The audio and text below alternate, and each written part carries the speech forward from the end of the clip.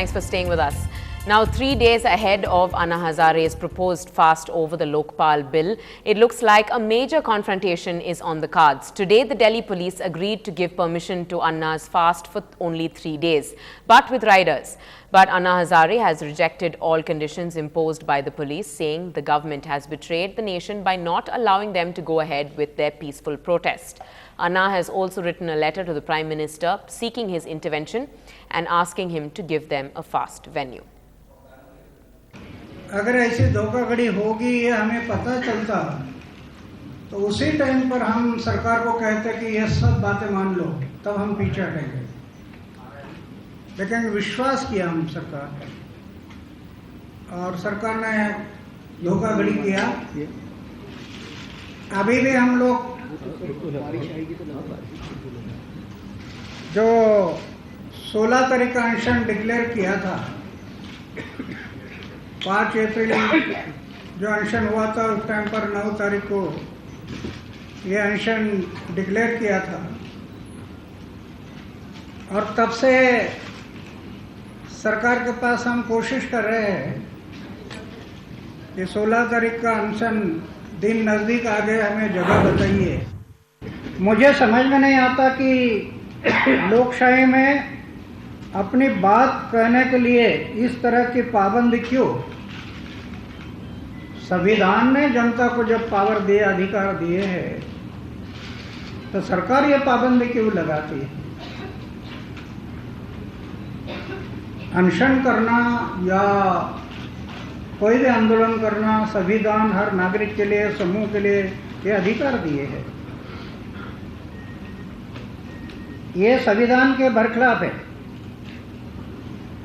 और उच्चतम न्यायालय के तमाम निर्देशों की अवमानना है। जब हम कह रहे हैं कि हम अहिंसा पूर्वक, शांति पूर्वक अनशन करेंगे, किसी को भी कोई नुकसान नहीं होगा, कोई नुकसान पहुंचाएंगे भी नहीं, तो ये तानाशाही भरा रवैया क्यों कर रहे सरकार? Over to the world of Indian sports now, and the Commonwealth Games scam is one of the most contentious issues in Parliament these days, and perhaps one of the fallouts of that is the proposed sports bill. It aims to ensure that there is no repeat of the CWG scam.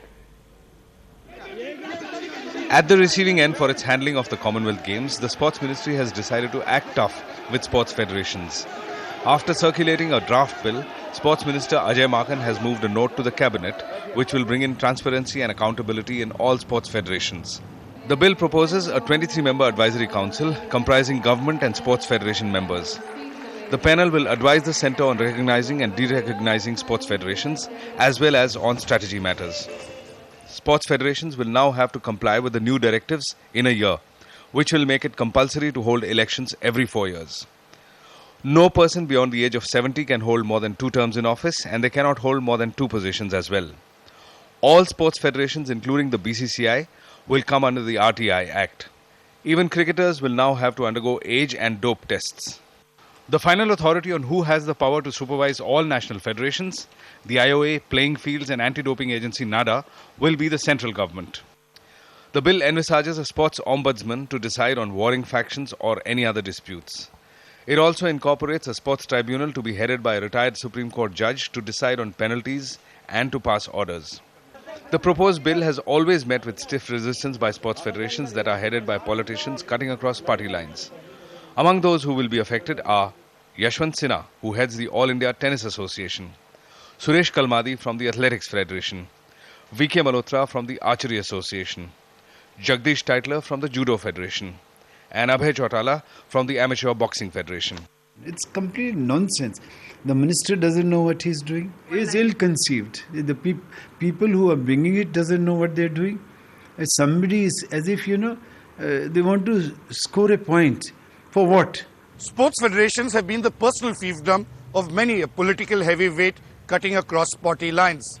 And if the cabinet does give its approval for the new National Sports Development Bill, transparency and accountability will be the new keywords for these federations, something that they have not been used to. In New Delhi, Sunil Prabhu, NDTV. Now back to news from Chennai. At a time when almost all the Indian metro cities have a new international airport or two airports, the city of Chennai, better known as the Detroit of Asia, is managing with just one. And now, even after expansion of the old airport concludes, the current airport will reach the saturation point by 2015. So would it be correct to say, rather than expanding the old airport, the state government should have thought of constructing a new one? We try to find out the answer to that question.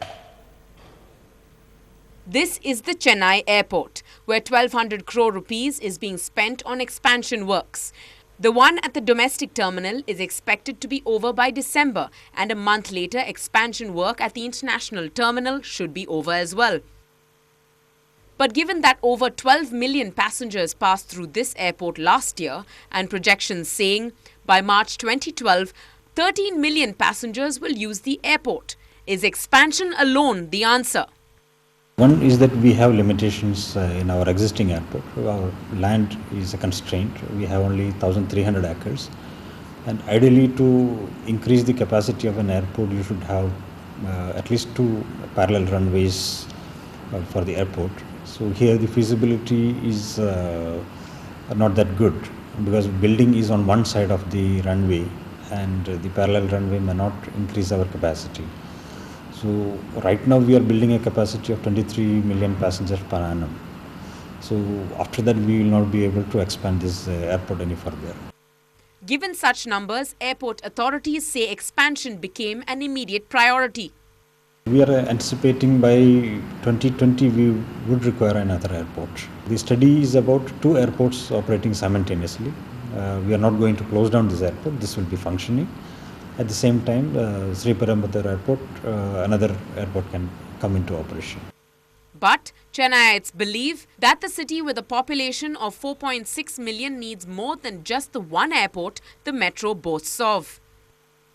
I think it is too much crowded now, and there are a lot of flights, domestic flights especially, and I think it is the high time that we have to either the expansion or another airport. So one more airport is required, maybe located outskirts of the city. The present airport is located in the heart of the city. Traffic congestion during peak hours. Reaching airport is a difficult task. Recently, the Airport Authority of India submitted its proposal to the state government demanding 4,800 acres of land at Sri Perambatoor for the new airport. Let's see, will the government clear the proposal by putting it on a fast track, or will the entire idea hit an air pocket? In Chennai with Sudarshan, Natasha Doraiswamy for NDTV Hindu. Over to other news from the city. The Associated Chambers of Commerce and Industry of India, ASSOCHAM, had compiled a report which claims that a hike in school fees has seen a twofold increase in the past decade in metropolitan cities. As a fallout, even well-to-do parents prefer to have just a single child. Coming up on the bulletin tonight, Jammu and Kashmir ties a knot of safekeeping for our men at the line of fire. Come back to find out more about this special story.